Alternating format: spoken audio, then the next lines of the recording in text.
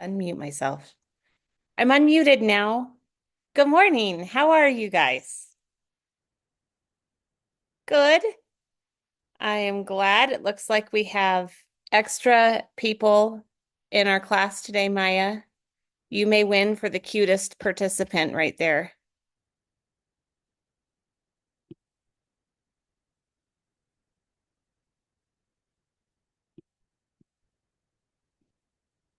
Okay.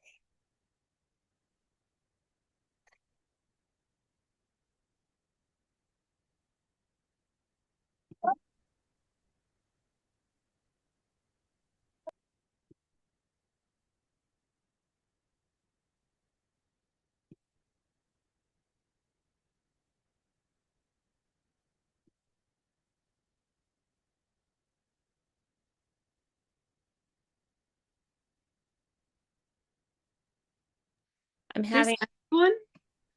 it's not everyone. Okay, I'm having troubles all of a sudden, guys. Why, why am I having trouble sharing my screen? I've done this before, quite a bit.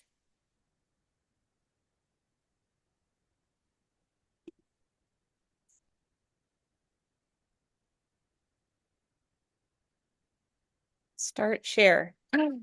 Hallelujah. I found it.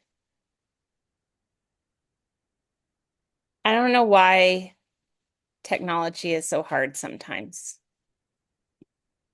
I'm sure none of you have ever experienced such a thing.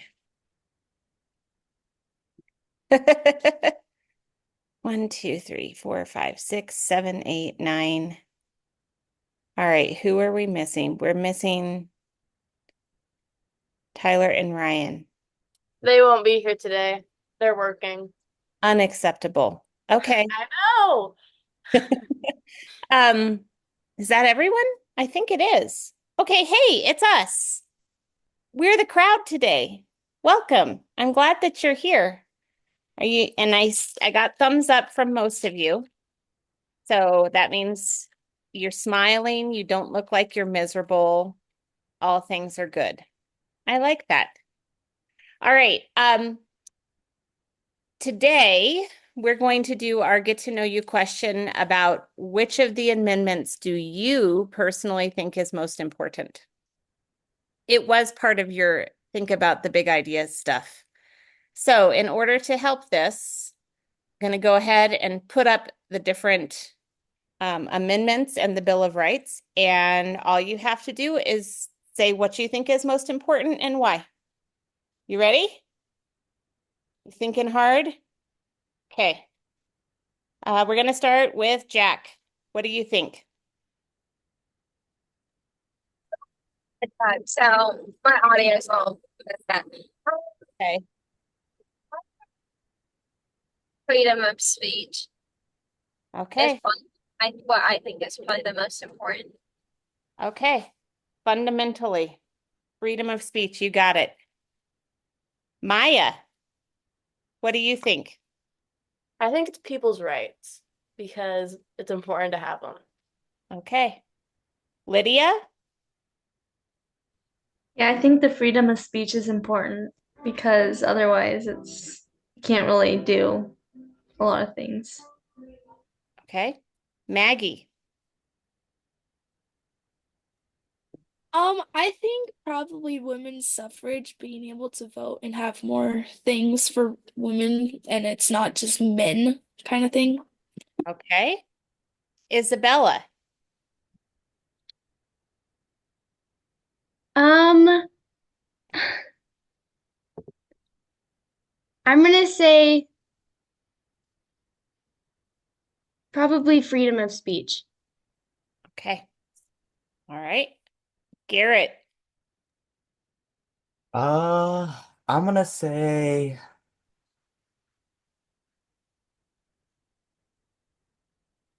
do you mean the which one of the Bill of Rights or the Any of the amendments? amendments? I'm gonna say the Electoral College. Ah. All right. Why? just to have more stability in our government, it helps with a lot of that. Okay. All right. Ryan's not here. Michaela. I would probably say slavery abolished Okay. How come? because like they're slaves and you don't slave is not good. Okay. Adam. First of all, wait, is my speaker on? Hold up. I'm Yes. normally with You are earbuds. not unmuted. Or I mean, you are not muted. We can hear you. Okay. Okay. I thought about this one a lot, but there's not one that I particularly think is most important. I think a lot of them are really important, like abolishing slavery, women's rights, and all of that. But they're all important for different reasons, and I couldn't find one that specifically, oh, that's the most important one. I think they're all really important, but I can't pinpoint one that's super important. We need that one. So I think they're all important. Okay. All right. Kenna, round us up. I would agree with what Adam said, but if I were to pick some that were like stood out more to me, I would say slavery abolished, women's rights, and freedom of speech. Okay.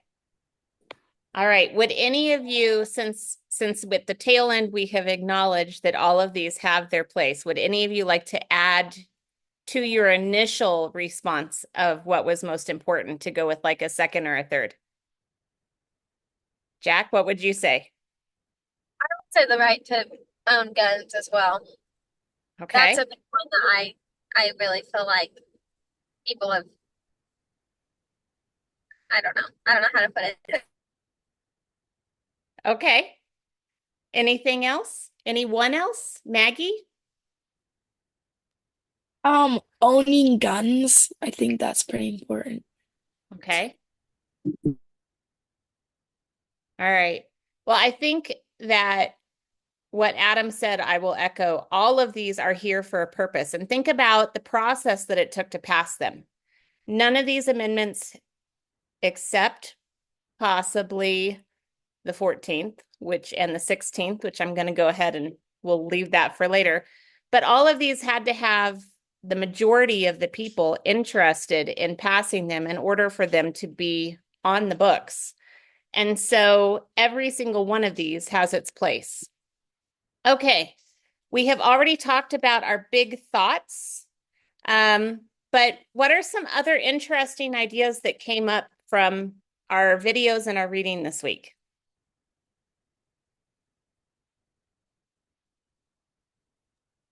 One thing that was interesting to me is I think it was like one of the nearest, I think it was like amendment like 25 or something. I'm not 100% sure, so don't quote me on that. But it's 18 to vote, but it's you have to be, I think it was, oh, what was it? You basically the state could choose. So if Uh-huh. you want, the state could be like the state could say, oh, you could be 13 to vote, even though they'd probably never do that. But that was just interesting to me. Before it was like 21, and now it's just kind of whatever. That is interesting. And it also leads to some of the ways that we have different ages for different things. You can drive at 16, you can vote at 18 and buy cigarettes, I think. And at 21, you can get alcohol. There's like a lot going on with the different ages. And most of the states do the same thing, but not everyone. So, all right, Kenna, you have your hand up. Something that I never knew was I thought that like the 13th Amendment was the only one that was about slavery when really it's 13, 14, 15, and 16 all kind of have something to do with slavery. So I thought that was interesting. It is. It's a response to a very significant event in our country. Just interesting. Yep. Any other things that surprised you or made you feel interested?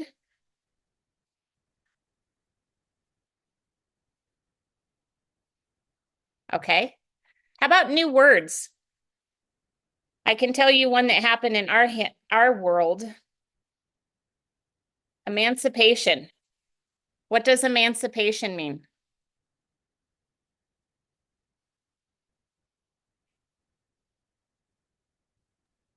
Um, excuse me.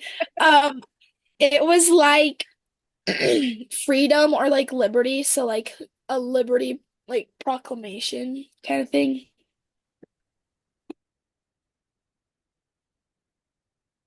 Were there any other words, Kenna? I don't have another word, but just like to elaborate on that, isn't it like kind of like freedom from any political or like social restrictions, sort of? Yeah, I'm fighting to get my big old book out here. My very favorite of all the things. Let's look it up. Um,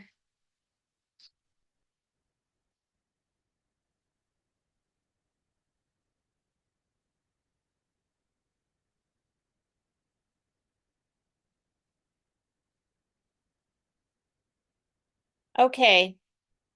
It's from emancipio, from the Latin. To set free from servitude or slavery by the voluntary act of the proprietor. To liberate, to restore from bondage is freedom. To emancipate a slave, to set free or restore to liberty in a general sense.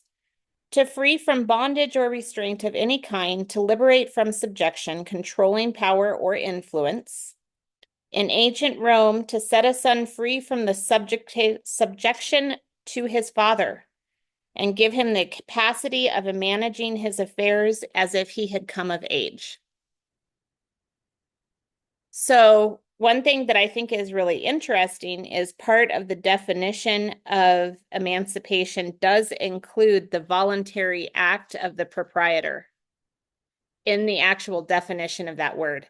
And I think that is not exactly what happened in the United States with the Emancipation Proclamation.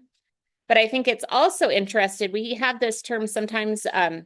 There are children who are called emancipated who can petition the courts before they're 18 to be free of their parents' authority.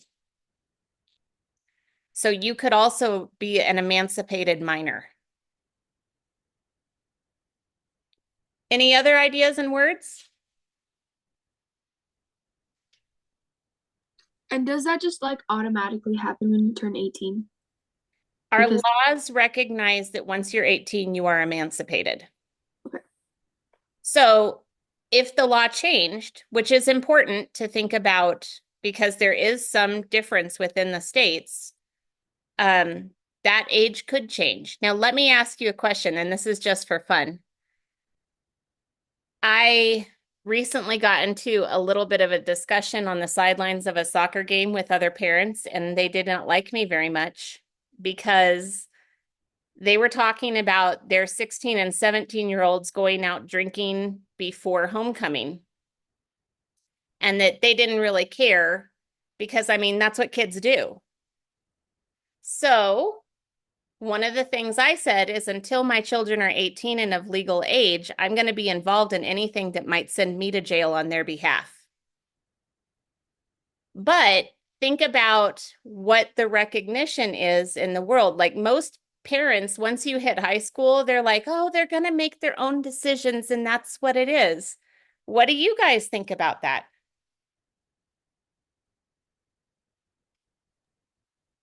I've definitely noticed as we get older for like Samuel or whatever.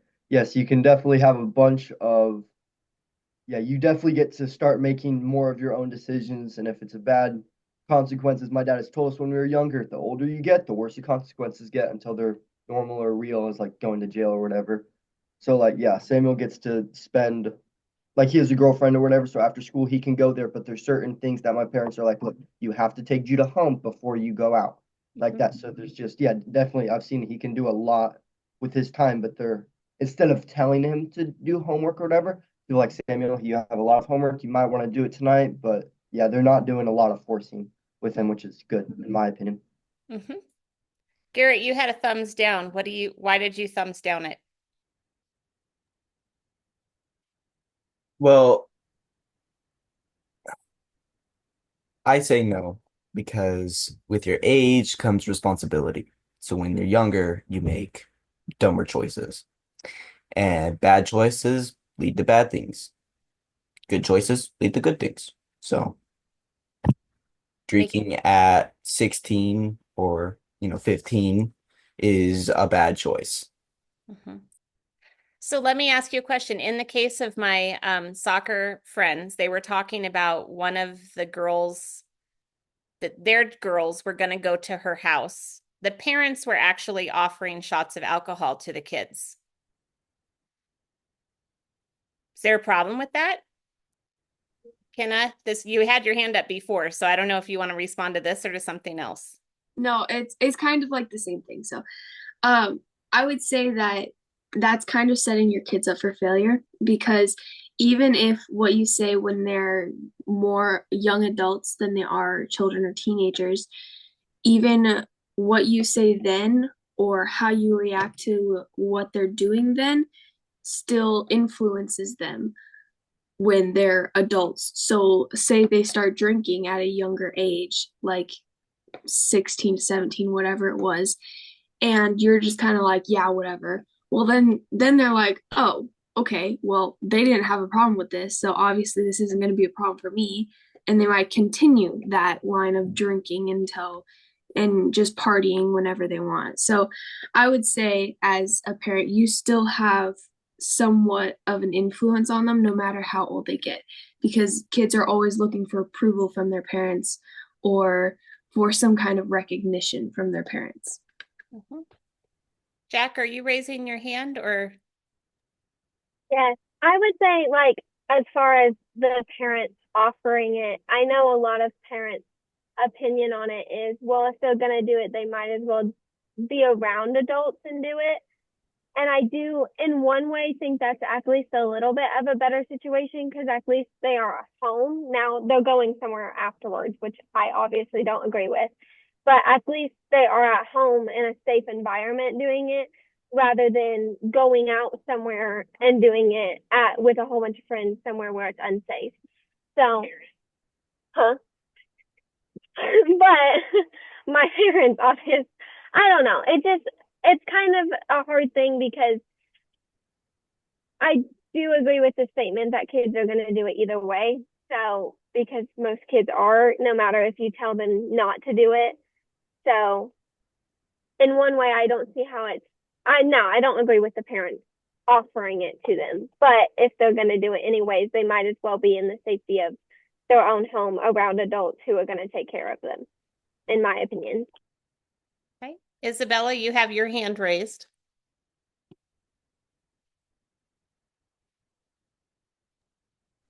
So Isabella was not raising her hand. It was mom. But I'm going to tell a really quick story, and this is exactly on this issue.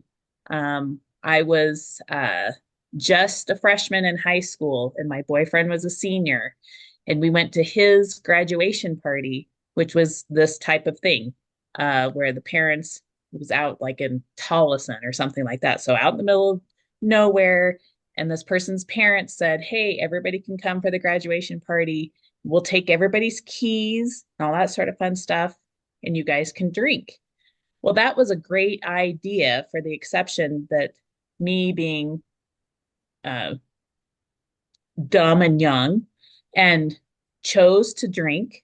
My boyfriend did not, but I can tell you this. So I was completely drunk, making an idiot out of myself. I embarrassed my boyfriend completely to all of his friends because I was just a mess.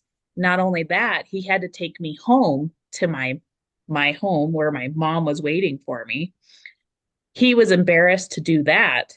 And then when we got home, my wonderful mother made us have a conversation with her until I don't know what time in the morning.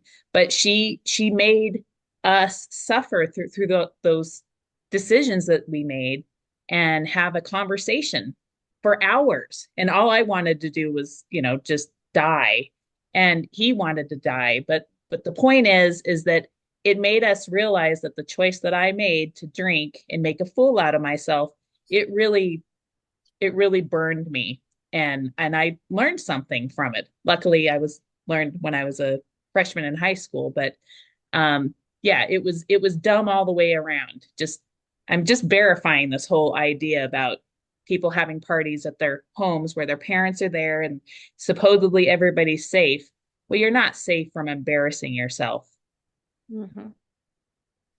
Yep. I think that there is, I mean, clearly, um, there's a range of opinion on how this works. And I'll go back here to our amendments. What does this conversation of alcohol and its use, which amendments does this pertain to?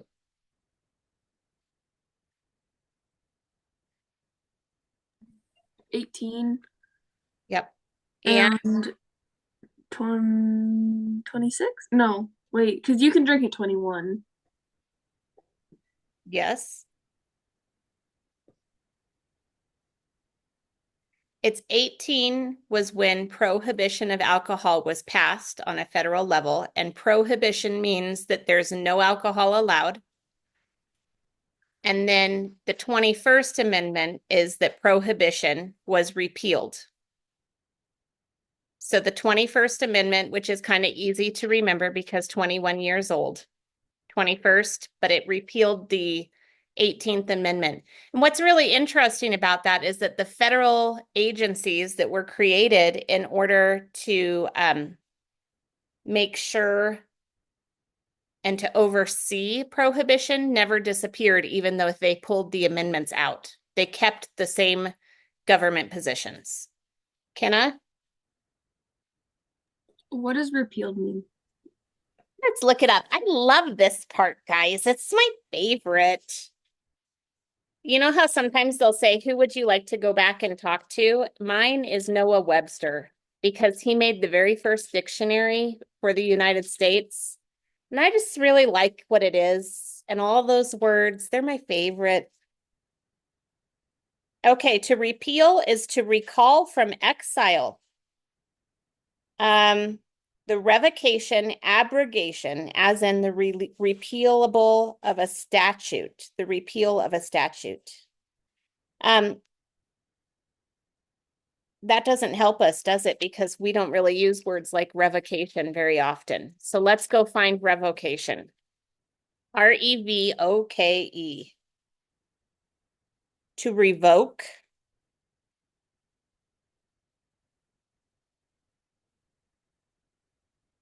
To recall, to repeal, to reverse. A law or sentence is revoked by the same authority which enacted or passed it. A charter or grant which vests rights in a corporation cannot be legally revoked without the consent of the corporation. To draw back, to repeal. So it means basically I changed my mind. I'm going to do an about face. Basically 180 degrees change. So if we're going to go all biblical on this, a repealing is similar to the same as, gosh, guys, why did the word just go away? Help me out. I literally had it in my mind and it's gone now. Is it repent? Yes, repent. Thank you so much. The brain, it just stopped working. Okay, so repentance, repealing, revoking, those are all words that have similar meanings. You're facing this way and you're gonna turn completely around and face the other way. All right. Any other vocabulary words for Webster's today? No? Okay, fine. I'll put it away for now. Okay, I wanted to take a break or a little side. We have gone through all of the amendments and the Constitution at this point. Consider yourself better educated than the majority of Americans because you have at least read and looked at what the Constitution and its amendments, our governing papers, actually are. Good job. Pat yourself on the back. Now recognize that it takes some people a full lifetime to even understand what they're talking about here. And so can you continue to grow in your understanding of this? Absolutely. But you at least have a vague idea of what's going on. I wanted to take a quick moment, maybe not a quick moment, to talk about the 13th, 14th, and 15th Amendments. And Kenna brought this up already because those three amendments are absolutely a response to the Civil War or the war between the states. Why do you think it's important for us to have an understanding of what was going on during this time period of our country? So you can understand the meaning behind the decisions. Do you think it's relevant to anything going on today? Oh, 100%. Why? I want other people to talk, not just me.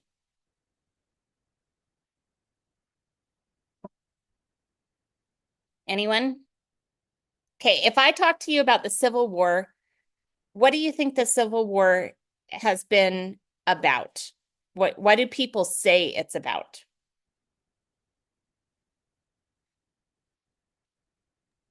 Maggie? Slavery. Oh, slavery. Yep. I would say that if you ask anyone about the Civil War, they're going to tell you it's about slavery. In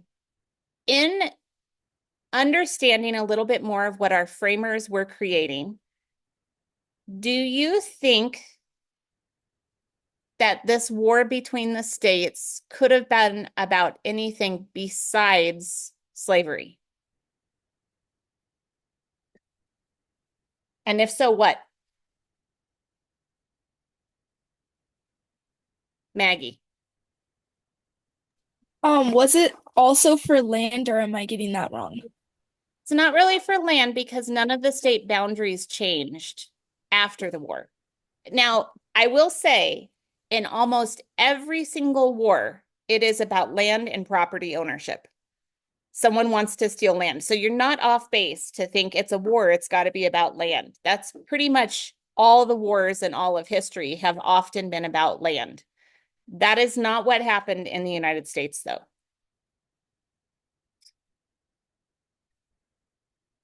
Wasn't it like the northern states and the southern states didn't agree? And so we had conflict, and then other factors like slavery like fed into it, and then that's kind of just how it started. Well, I would say that the major issue that they disagreed on was slavery. And if you go back even to the Tempest at Dawn that we read at the beginning, it's clear that slavery was a discussion that they were having even in the Constitutional Convention. But if you think about what the Constitution of our country was designed to protect, there's a different glimpse in here. And it was the decision of what the states could do, what the states wanted to do. Right? Everything about our Constitution says the federal government has this much authority and no more. They can't have more. The states get all the power. So if you believe in what the Constitution says, do you believe that it is your right to determine what's happening in your state?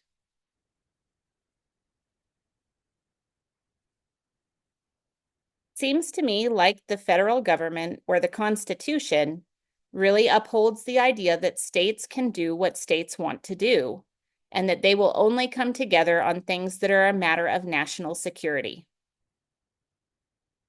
Think back. Let's go back here. Actually, I need to go farther down. Hold on. All of these things that they passed, which it came up to 13 right there.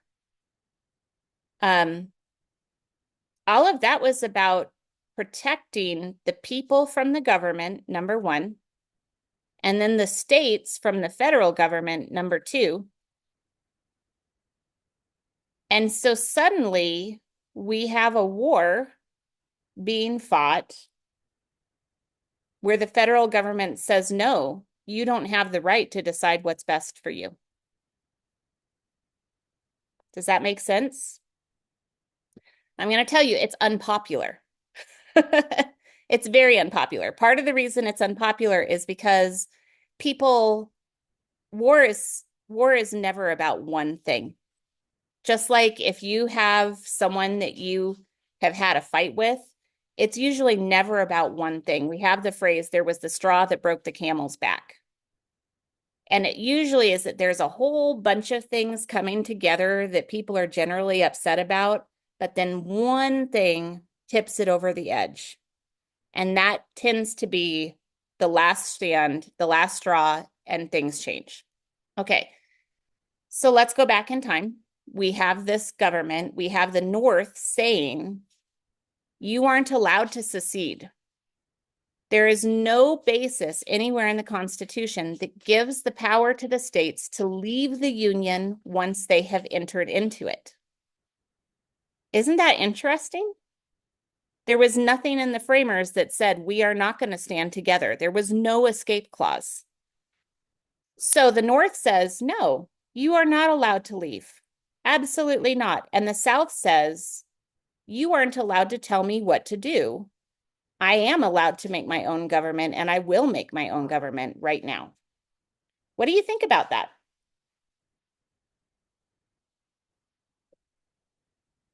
Maggie? I feel like it's kind of like I guess it's not one person, but it's kind of self-entitled. Like I'm entitled to be able to do this, and I I'm going to do this and all that kind of stuff. It's very much like I'm one person, or I guess not one person, but it's yeah, it's just like self-entitled.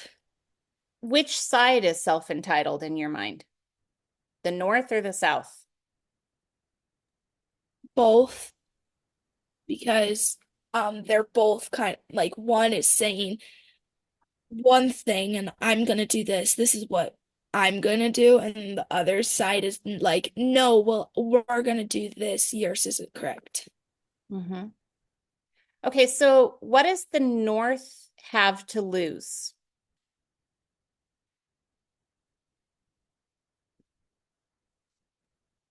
Half of the country Why do they care?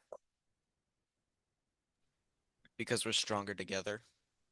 Okay, I believe that. I also think it's not the details that I'm looking for. What did the North have to lose? What was happening in the South? Slave trade. Okay, the slave trade had abolished in 1820. Remember, the Constitution said it said that they would not even touch slave trade until the 1820s, and then the Civil War was in the 1860s. So after the 1820s, the trade of slaves, which would be that triangle that went from Europe to Africa to the US over and over, that didn't exist anymore.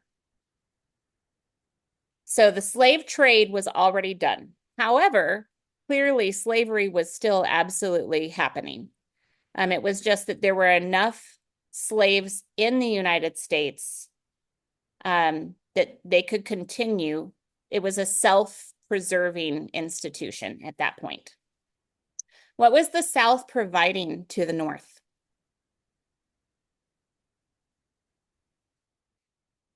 Isabella?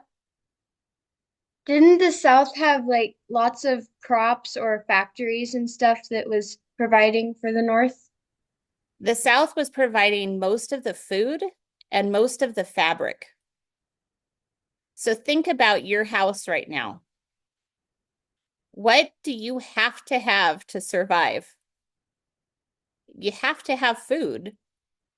And it's really nice if you have a jacket to wear. I mean, you're not going to run around naked. The South was also providing a great amount of lumber. So the actual things that were needed in the North. Now, what was the North providing to the South? Metal, coal. Hmm? Absolutely. So when you say we're stronger together, between the North and the South, we had all of the things we needed to be self-sufficient within our country. if the Union had been allowed to dissolve, we would have lost the ability to take care of ourselves to a certain degree. Okay, so the stakes were really significant in that way. When this happened, who fought?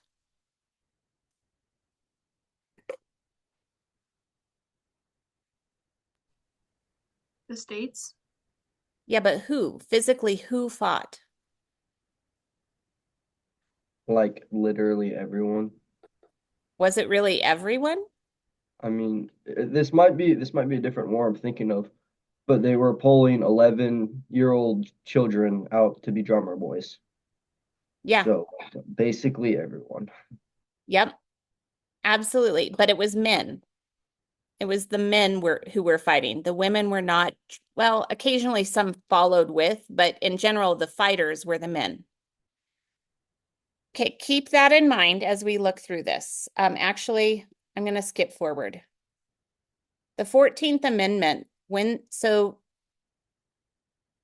the North beat the South. And at that point, they made a decision to bring the South into line and make sure that they were not ever going to be in a position to rise up again.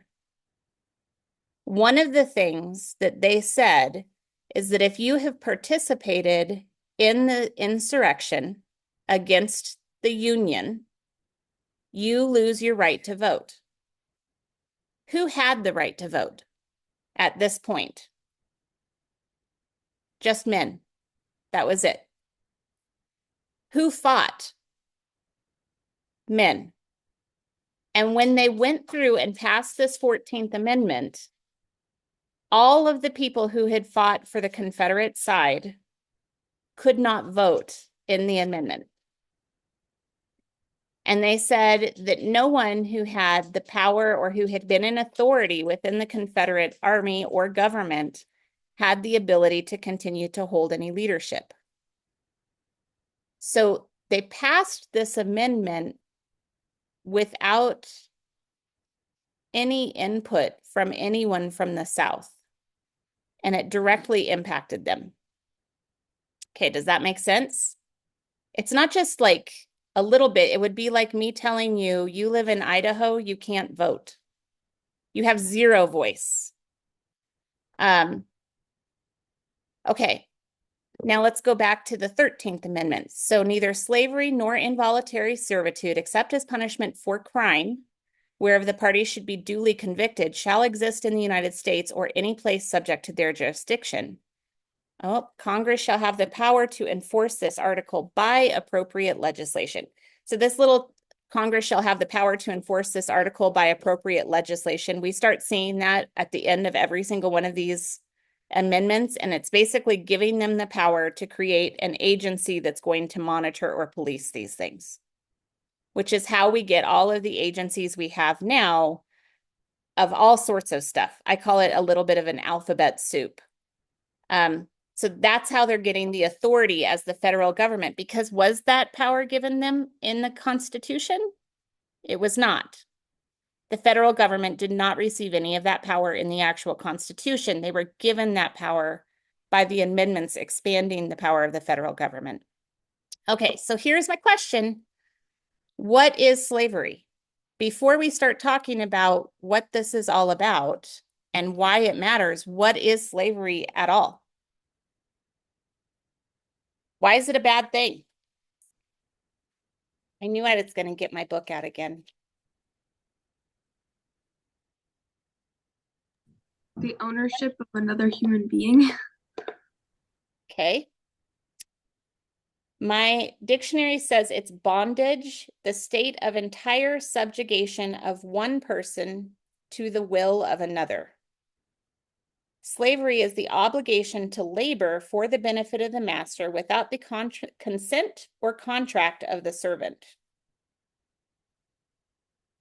Is slavery something that only happened in the United States? Okay, where else do we find slavery?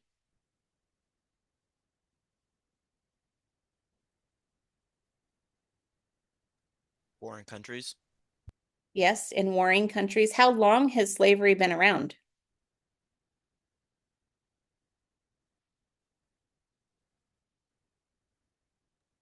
I mean, I don't know an exact date, but kind of forever, like since America was discovered and since people started discovering other races of people. If we consider the Bible as a historical document, as long as people have existed on this earth, slavery has existed on this earth. So why do we have a problem with slavery? If this is what people do to each other, why do we think that's a problem? Michaela? Because you're taking away that person's free will and their right to like live their own life. I love that answer. Why do you think that you deserve free will? Maggie? Well, God gave us free will from the start. And so it's basically just taking away what God gave us. So if there is no God, which many people would say, is slavery still wrong? Okay, I'm getting nods from the Isabella contingent. Tell us why. I think it's just morally, without someone telling you, no one wants to be told what to do and how to do it. I mean, I think I think it's that simple. I might be oversimplifying it. So would you argue that the desire for free will is something that is built into any human being? I would think so. Okay. Then how come we had slaves for so many centuries and so many cultures? Because we want bigger, better things, and we can't make our neighbors do it willingly. Okay. Any other? You know, I like that. I think that's very true. It's a practical decision. yeah, like we want, a big pyramid, stuff like that. Who's gonna do that with me? Mhm. Okay. All right. So slavery is losing your ability to have free will. Um, okay, I'm going to let that be for a second. When we talk about slavery, oh, I thought I fixed that. Um, let's talk about other types of slavery if it's the ability to have free will that may exist in the United States, and this amendment has been pertinent to. Some people say that a military draft is a problem with slavery and the 13th Amendment. Do you guys know what a military draft is? Okay. In a military draft, all of the men of a certain age are told that they must join the military and fight for the country. Okay, what does that mean? Well, if you're, I think, 16 or 18, you have to, and you're male in the United States, you have to register for the selective service. And in the selective service, you are capable of being pulled in to fight for the military if the need were to arise. The most recent time that that has happened in our country is for the Vietnam War. Have you ever heard of the idea of draft dodgers? Is that a new term to you? Are you familiar with the Vietnam War in general or at all? A little bit. Okay. So, do you know where Vietnam is? Okay. Let's have a little Google search, friends. Okay. Can you see my screen?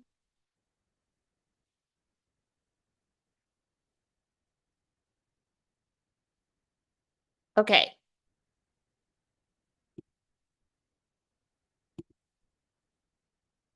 That was not the image I thought I was going to.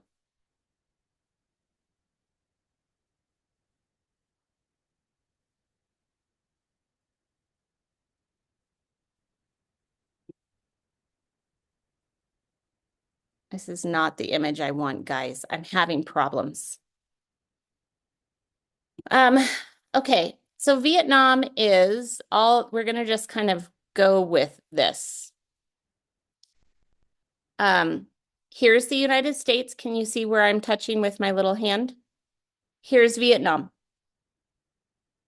There are a lot of people who had a lot of hesitations about why we were ever even in Vietnam at all.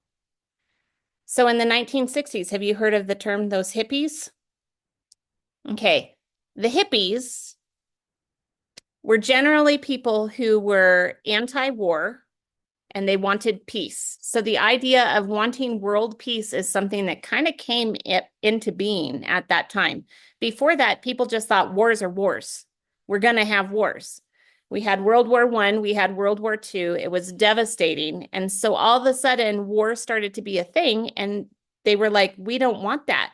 We don't want to be in Vietnam. We want no part of it. It's a lot. There's a lot there. And I'm not able, we'll lose all of our time. There's a ton there. But the country was torn apart by people who did not want to fight in the Vietnam War and people who did support the Vietnam War. That was the last time the draft was instituted, and young men who were capable of being soldiers were forced to go into the military, whether they liked it or not.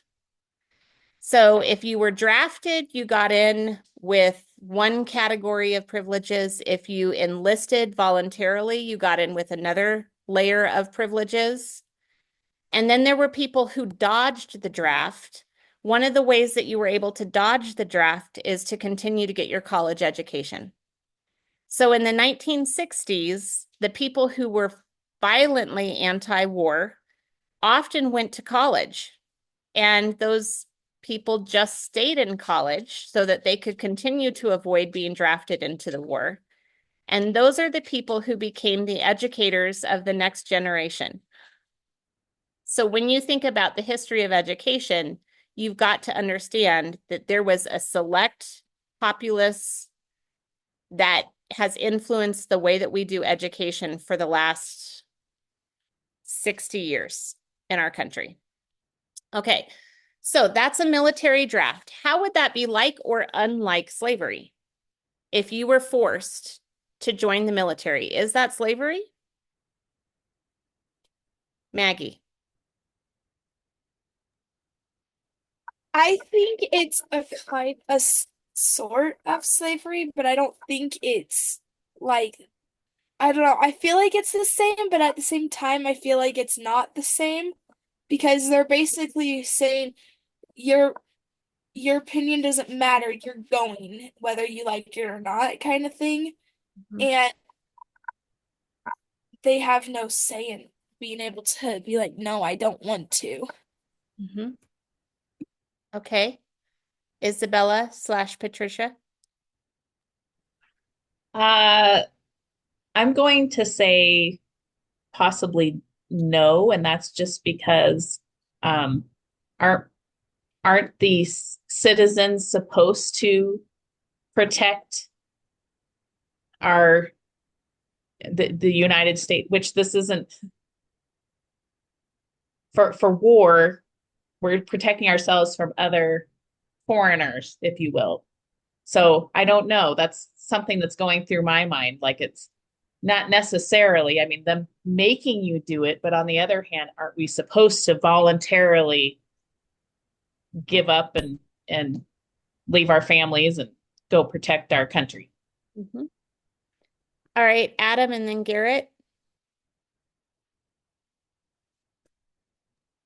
I'd say by the books, it's slavery, but it's like a type of slavery that I would be willing to do because one, it's not torturous and you don't get beat for it and you like learn while doing it. Is it definitely horrible being out there?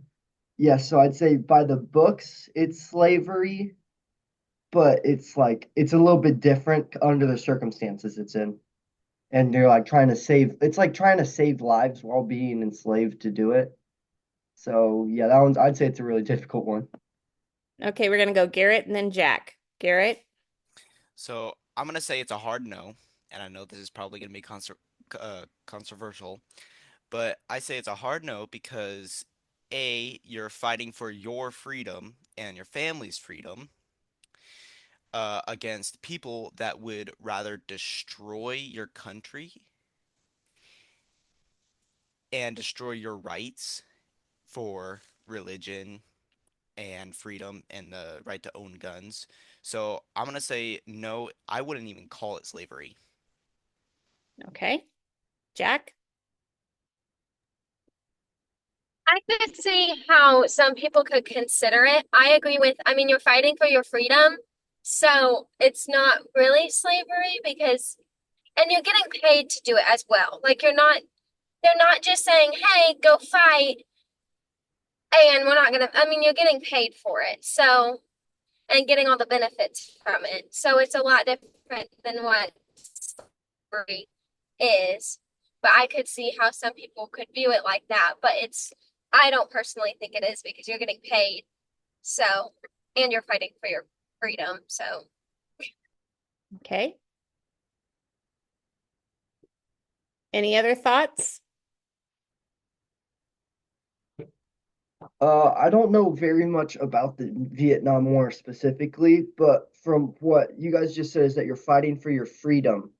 But from what I understand, I might be wrong on this, so yeah. But from my understanding is that we went to Vietnam, so we weren't fighting for our freedom, we were fighting for the freedom of the other people. So it wasn't like we weren't protecting ourselves, we were protecting other people, so it wasn't really fighting for our freedom. So yeah.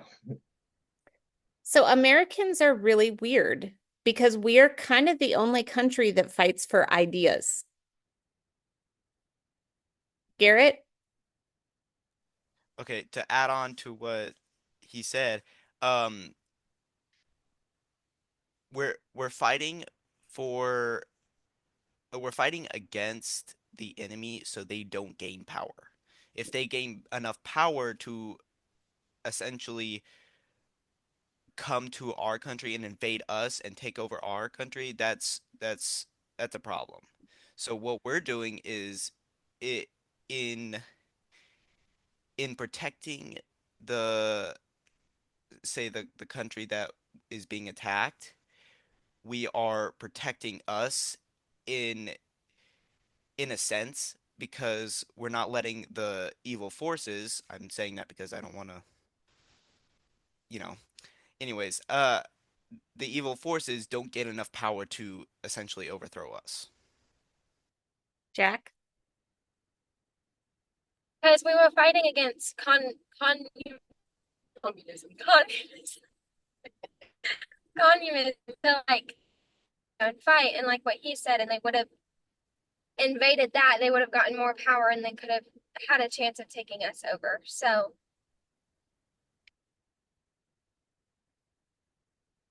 It's an interesting conversation, right? Because, and you can see why people would go on both sides of the Vietnam War because it was not on our soil. We have been fortunate that the only wars that our country has fought on our own soldier are the American Revolution and the Civil War. However, right now we have a military that is, despite what some people say, we do have active war zones right now. And there is a question as to why we're involved in those things.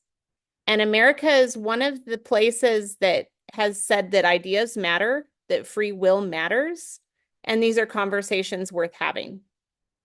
So, there are two other parts of this 13th Amendment because I was trying to think of why is this relevant today? It's not a one and done. This amendment is still on the books. Why do we care?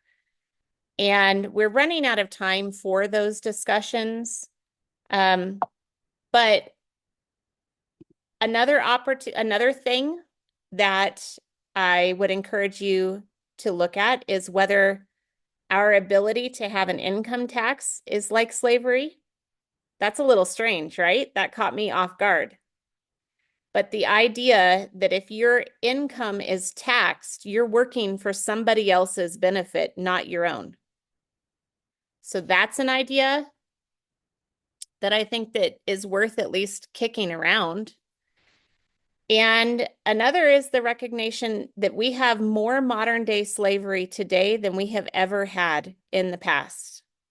And the modern day slavery is a lot more hidden. It's labor to debt, to serfdom, things like passports being confiscated from migrant workers, workers kept in captivity as a domestic servant, child slavery, marital and sexual slavery. I don't actually know if this is in boys' bathrooms at truck stops, but in many, many girls' bathroom and truck stops, there are posters that say, if you're trapped and you can't get out, call this phone number. Is that in boys' bathrooms too? No? Okay. Girls, you've seen this, right? At least I don't see them. Okay. Look for them because I've never actually thought to ask my husband, and I don't go into the boys' bathroom. But in the girls' bathroom, that's like a real thing. In our town, there was a bridal shop that had bars on the outside of the windows, and they were holding women captive there to do. Yes, you're looking at me, Patricia. It's for real. Look it up. It was busted. Like it's in our towns. And every Super Bowl, there are people who are transported to different places within the Super Bowl cities for prostitution. Like, it's a thing. So if we truly believe in the importance of the abolishment of slavery, then I think that there's a conversation to be had about why we aren't fighting to stop slavery today, even though it doesn't look like a Black person in a cotton field. It's still happening. It's just taken a different look. So those are a few things that some people will talk about slavery. And then the 14th Amendment covers the different citizenship. So the 14th Amendment is relevant today because of our immigration policies. So the citizenship of anyone who is born in the United States was given in the 14th Amendment. And then also just the kind of sly way that this amendment allowed the South to be subjugated. And I think that that's an important conversation to be had right now because kind of the sanctions that happened against the South were crippling. The Northerners moved into the Southerners couldn't pay property taxes. And so many of their properties and plantations went up for sale. They were not allowed to receive any compensation for any of the slaves that were emancipated.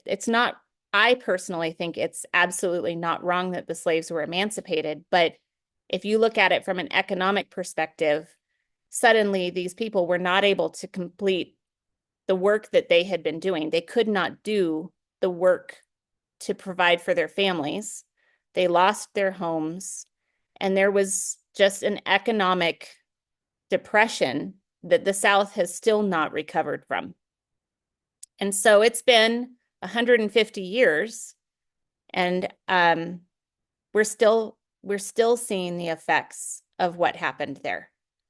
And I think that's a question to have. How many generations is it necessary to have this continue? It is now 10 o'clock, so I am going to stop right now. I need to warn you of a few things that are coming up. First, Sunday is daylight savings time, and Arizona does not recognize daylight savings time. If you do not live in Arizona, class will be at a different time next week for you.